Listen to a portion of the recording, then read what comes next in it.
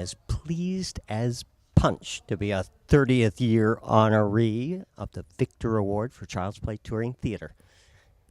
Yay! My relationship to Child's Play is I was there the day it was born.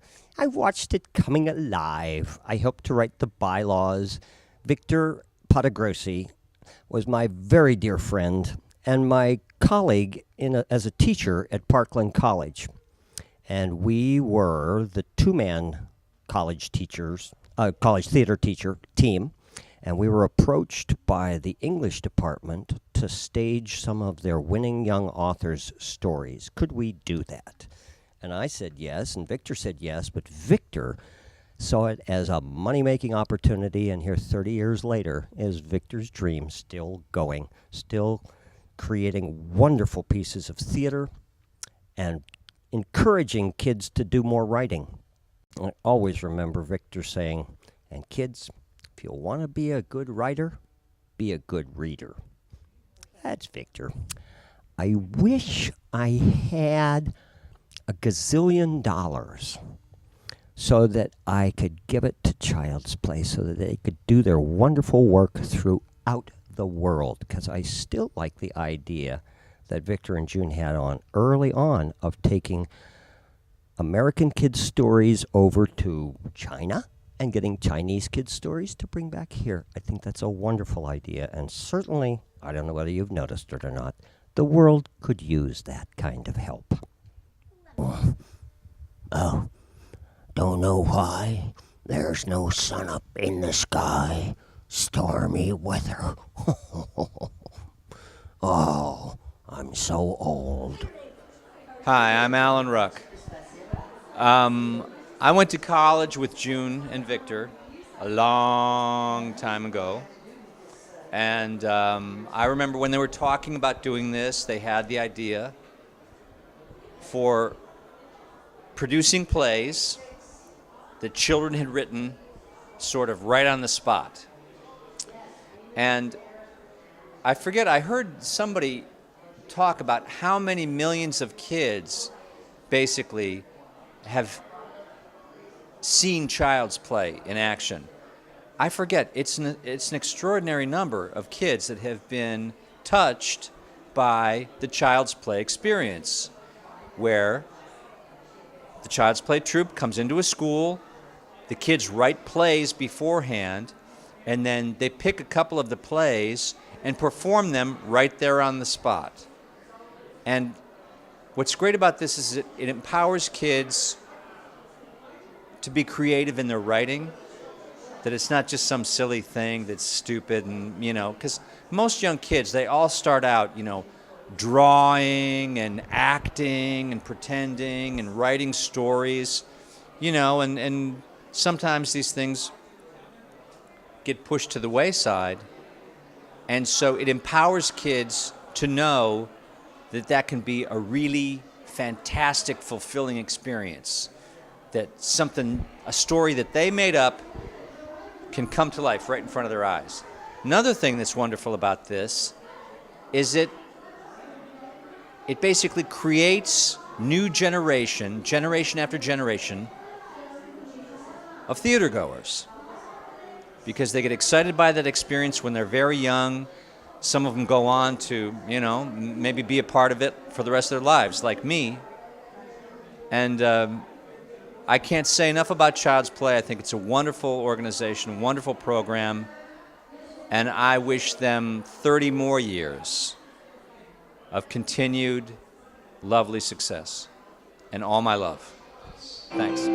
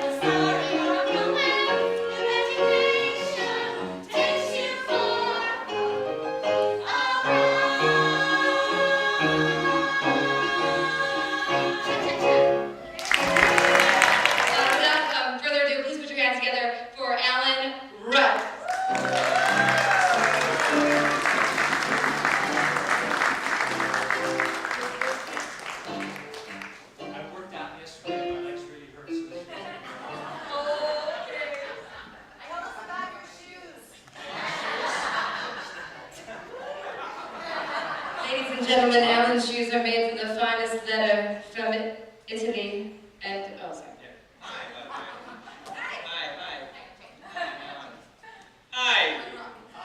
Hi, you guys.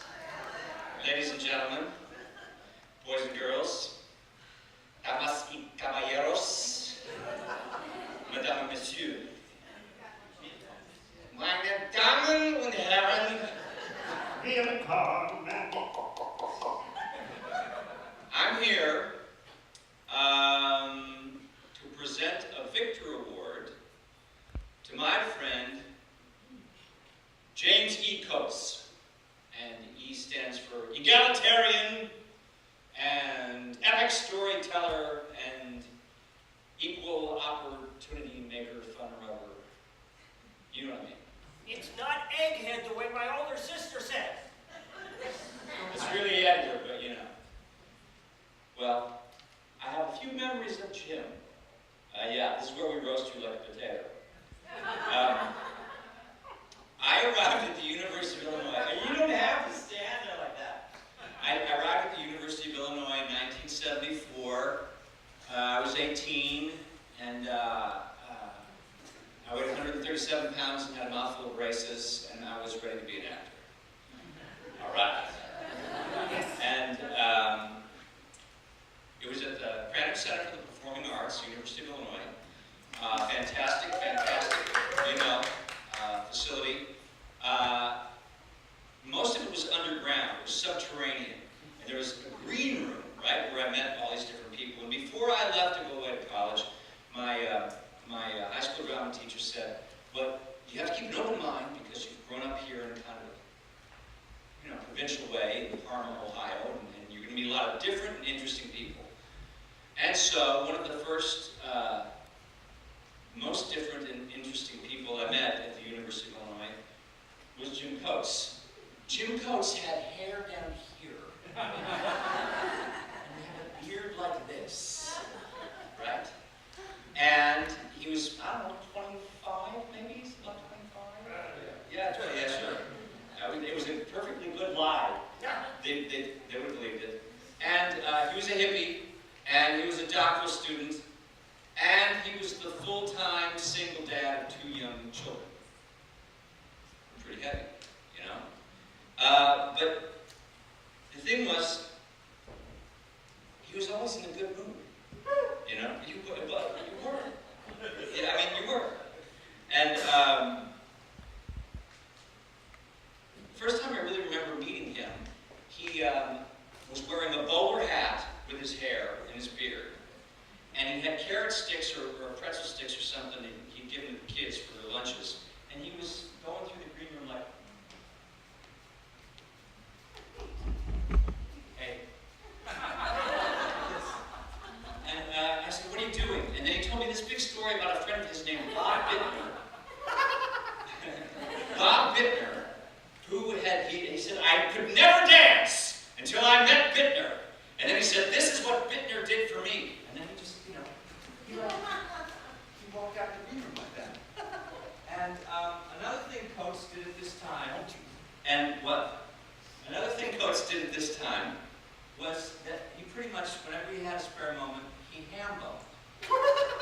And he got us all doing it. And so he would just, whenever he had a spare moment, this is a doctor man did, right? He would be like,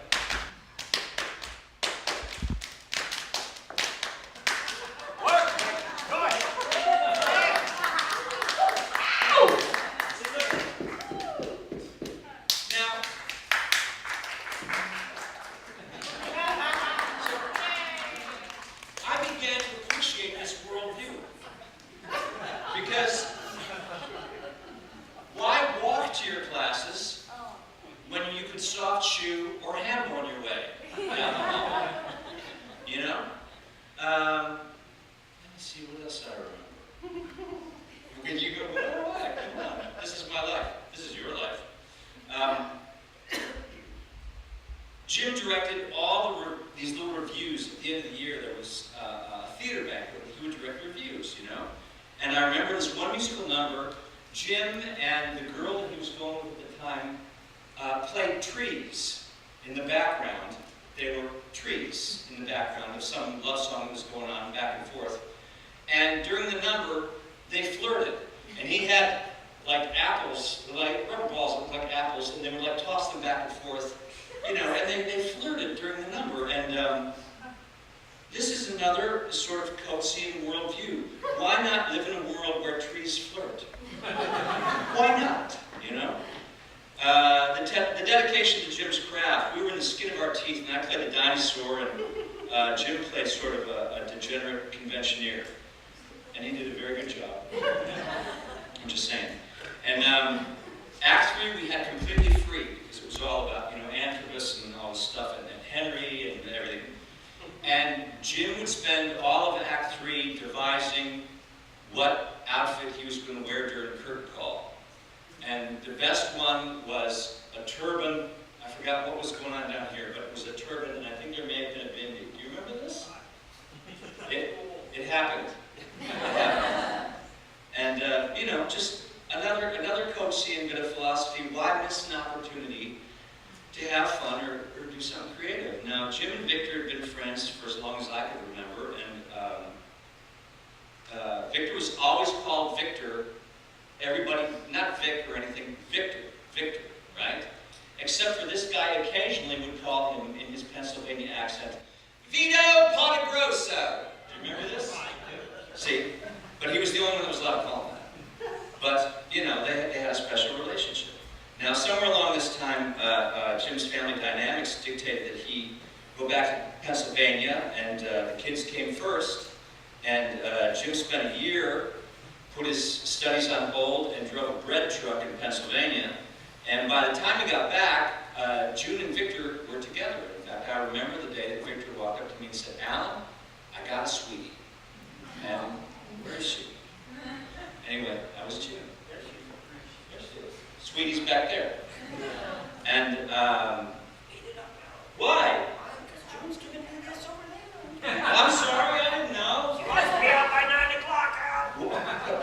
Why 1 o'clock? 9. Oh, 9? Number 9, okay. I'm sorry, okay. All right, I'm sorry. Victor and Jim were the best of friends, and they were just bound together by hoops of steel. And we all went our ways, and Victor and June came to Chicago, and they found this fantastic program. And Jim stayed on in Champaign, got his doctorate, and he spent some time at Parkland College, and now he's in Arizona. And so here we are, 30 years later, after the founding of Child's Play, and we're honoring Jim Coates with the award that bears Victor's name. And I feel that this is just about perfect, because the award that honors and remembers Victor Podagrosi's life, a man who was friends to so many, is now being bestowed upon the man who was Victor's best friend. And so, ladies and gentlemen, Mr. Jim Coates.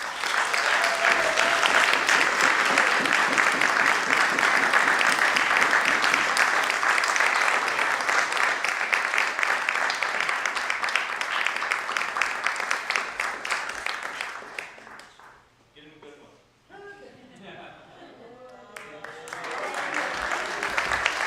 This is by the same company that does the Oscar Awards, RSO, and they're here in town, if I give them a little plug.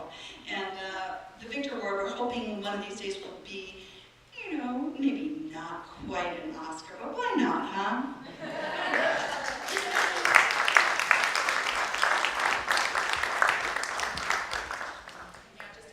Just a minute. Yes, thank you one and all. Thank you, Victor. He was the best friend to me, because even when I went back to Pennsylvania and was driving that bread truck, he'd still call me and say, Coatsy, how you doing? Good man, a good man. And when we were team teaching at Parkland College, he and I had applied for one part-time position as 2 people. Yeah, it's Victor and me. We got it. But at a community college, when they made it a full-time position the next year, because I had my master's and was working on my PhD, I could stay to teach, and Victor, who only had his bachelor's, couldn't. But at the end of that first year, the English department came down with some papers in their hand and said, we have some winning young authors contest people stories here, so could you have your drama kids acting out for us? I said, sure.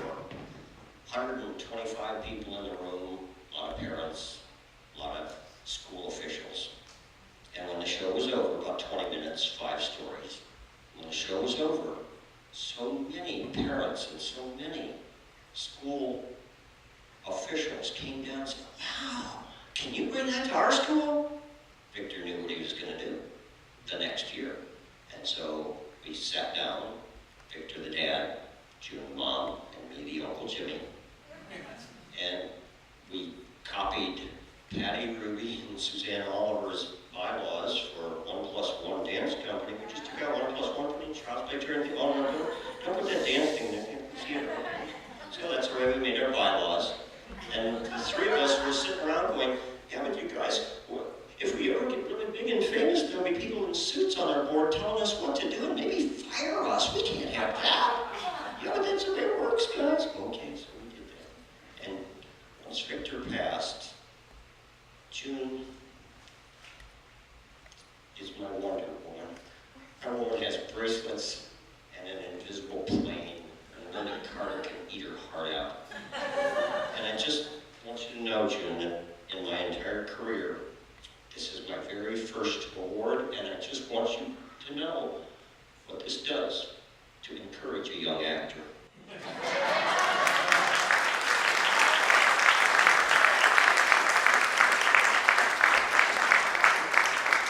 Congratulations, Jim. Fantastic.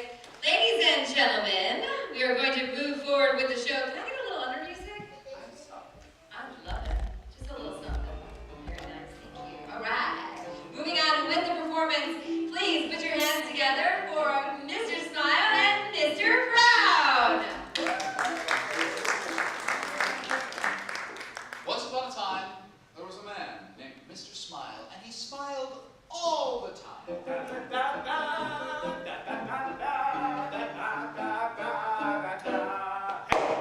There was another man named Mr. Frown, and he frowned all the time. Don't know why there's no sun in the sky. Stormy weather. When Mr. Smile saw Mr. Frown, he asked, Hey there, mister! What's that crazy, funny, upside-down smile doing on your face? What? I said, hey, mister! What's that crazy, funny, upside-down smile doing on your face? What? Take it off. What? I said, take it off. Now turn it upside down. And put it back on. There! How do you feel? I feel great. Yeah? I feel like singing. Yeah! When you're smiling, the whole world smiles with you. the end.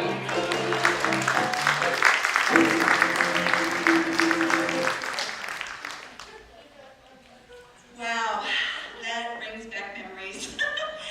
That was written by Leslie Coates, Jim's daughter, when she was in